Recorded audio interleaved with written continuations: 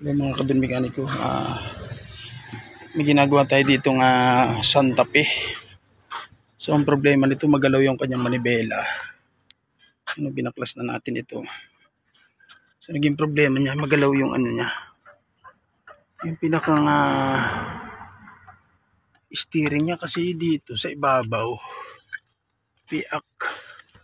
biyak gumagalaw-galaw yung steering niya, mga kadun mekaniko. Kita natin dito, ito may biyak. So nakakabit siya sa pinakang bracket itong tubo. Hindi ko na matandaan kung anong tawag dito sa imbar na to. So ang gagawin natin dito, mga kadun mekaniko, ating hihinangan to para hindi magalaw yung kanyang bracket. Makikita nyo ito gumagalaw, hindi na siya umiipit yung higpit niya rito. Ayan, gagawin natin ang paraan to, kasi walang mabilhan na ang mismong bracket, kasi ang bracket dito mismo sa steering niya. So ibababa natin itong buong manibela, mga kadun mekaniko. Tatanggalin na natin yung mga sakit niya. Hyundai Santa Fe. Ayan. Mag-aalis tayo ng mga sakit niya, mga kadun mekaniko. So ibababa natin yung steering niya. Ayan. Ibababa tayo ng steering. Ayan. Pati ito mga wirings niya, kailangan tanggalin to.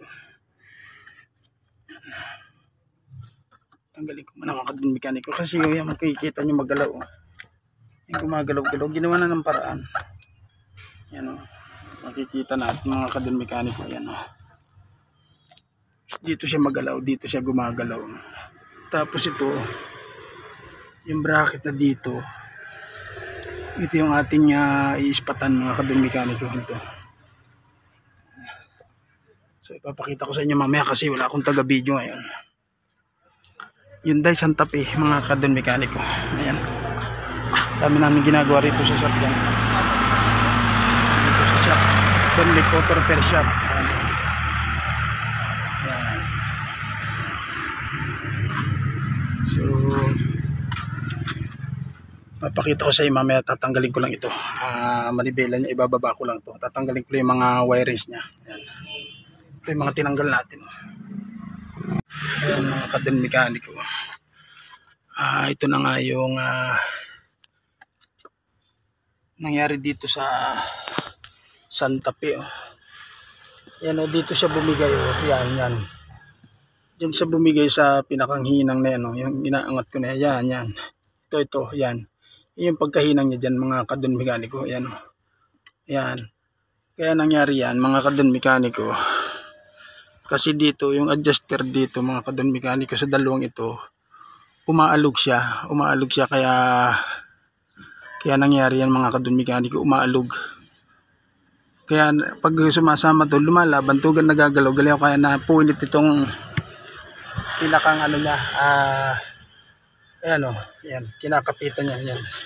Kaya napunit yan, mga kadun mekaniko. So ang gagawin natin dyan, mga kadun mekaniko, is hinangan natin to dito, kasi malaking trabaho to pag tatanggalin natin yung buong magtatanggal tayo ng buong dashboard nito napakalaking trabaho. Ayan, napakalaking trabaho ito, mga kadun mekaniko. So ang gagawin natin dito ngayon ay dito natin hihinangan sa loob yan. Ayan, dito natin hihinangan yan. Ayan, mga kadun mekaniko. Ayan. Ayan, bumigay. Ito. Yan natin hihinangan.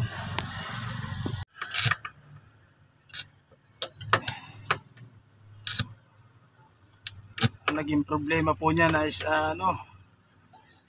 nabiyak yung bracket yan. Ayan. Yan kay sir, biyak ang bracket. Kaya dyan na lang namin tinira kasi magbaklas ang buong dashboard. Ayan.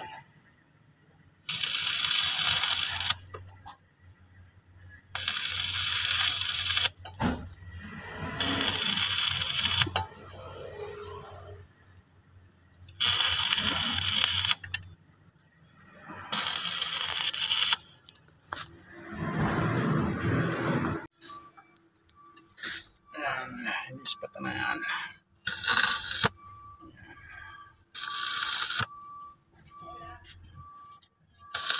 Sir, ang ginagawa, iniispatan na.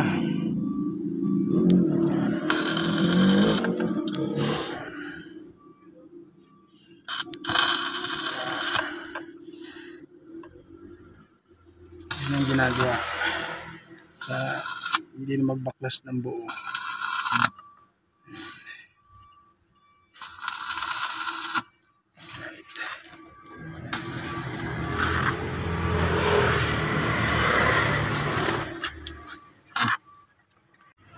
Ayan mga kadon mekaniko, ayan o.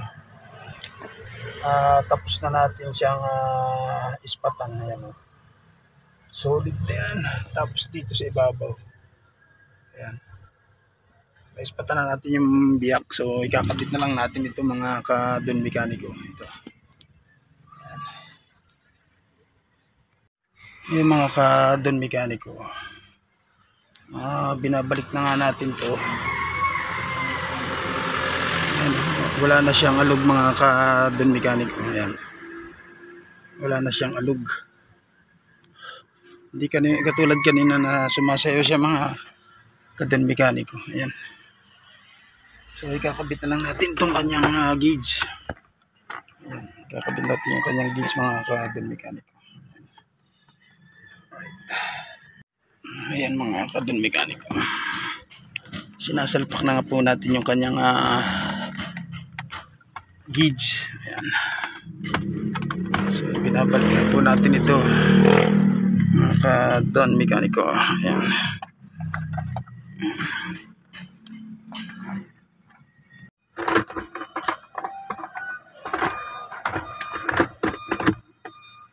Ayan.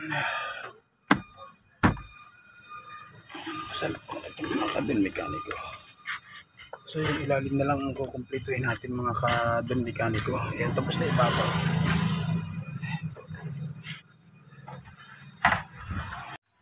Ayan guys, kinakabit na lang natin yung kanyang fuse box. Ayan. Right, mga kadon mekaniko. Okay na siya, wala na siyang kalampag, hindi na siya gumagalaw. Ayan. Ito po ay Santa Fe. Kung bago pa lang po kayo sa akin channel, please like and subscribe Don_Mekaniko TV. Yan, maraming salamat po.